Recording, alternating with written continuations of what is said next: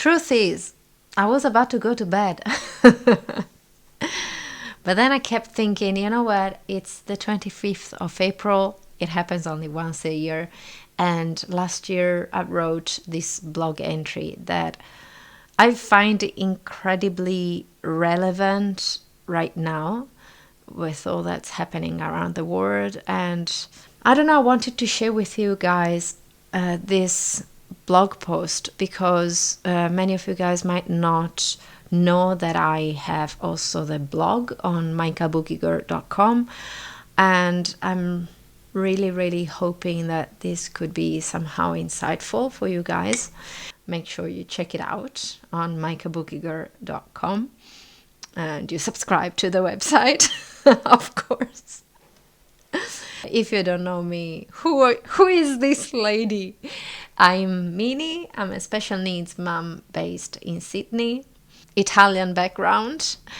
And on my Kabuki Girl, I share my daughter's journey with Kabuki Syndrome. On How We Special Needs podcast, I share content, stuff, topics around special needs. I interview other people in special needs community and so on. But let's go with the blog post, the 25th April for us. And I'm just gonna read it from the blog so you don't have to. When we migrated here from Italy, and I saw that in Australia the 25th of April is a public holiday, I thought, cool, Aussies celebrate the same holidays that we have. It took me some time to realize that it's not the same holiday at all. Actually, it took me some years, but anyway. In fact, in Australia, on the 25th of April, we have Anzac Day. It stands for Australian and New Zealand Army Corps, and it was initially established to honor the Anzacs who served during World War I.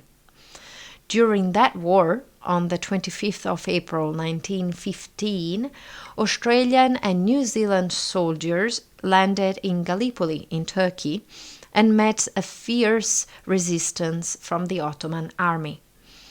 That's how Anzac Day started, but now it broadly commemorates all Australians and New Zealanders who served and died in all wars, conflicts, and peacekeeping operations.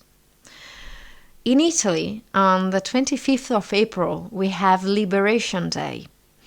It commemorates the victory of the Italian resistance movement against Nazi Germany and fascism during World War II. Although different cities in Italy were liberated from the German occupation on different days between the end of April and beginning of May, the 25th of April was chosen by convention to commemorate the defeat of Nazism and fascism in Italy and the end of the Italian Civil War. My point is, in Italy and Australia, we live the 25th of April in very different ways. Australia mourns the loss of their brave soldiers. Italy celebrates the end of a foreign-era occupation and of a civil war that divided the entire country. On one side of the world, Australians commemorate in silence. On the other one, Italians celebrate with joy. And as an Italian-Australian family, we have the privilege to appreciate and honor both commemorations. It's a privilege because in both cases, what's important is never to forget. History teaches us many lessons, and as citizens, and most of all as parents, I believe it's our duty to acknowledge, respect, and treasure those lessons. Historians interpret past events with a perspective of the military outcomes, of geopolitical forces and interests, of societal changes and dynamics. I myself studied the history of wars and politics at uni. But when you're a parent and you're striving to teach your child what the 25th of April means, Well, our toddler is way too young for this right now, but eventually we will have these conversations. Historical facts are just a tool to share much more important lessons.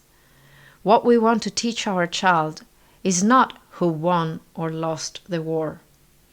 We want to talk about the loss of families who had to send to war their sons, their brothers, their fathers, never to see them again.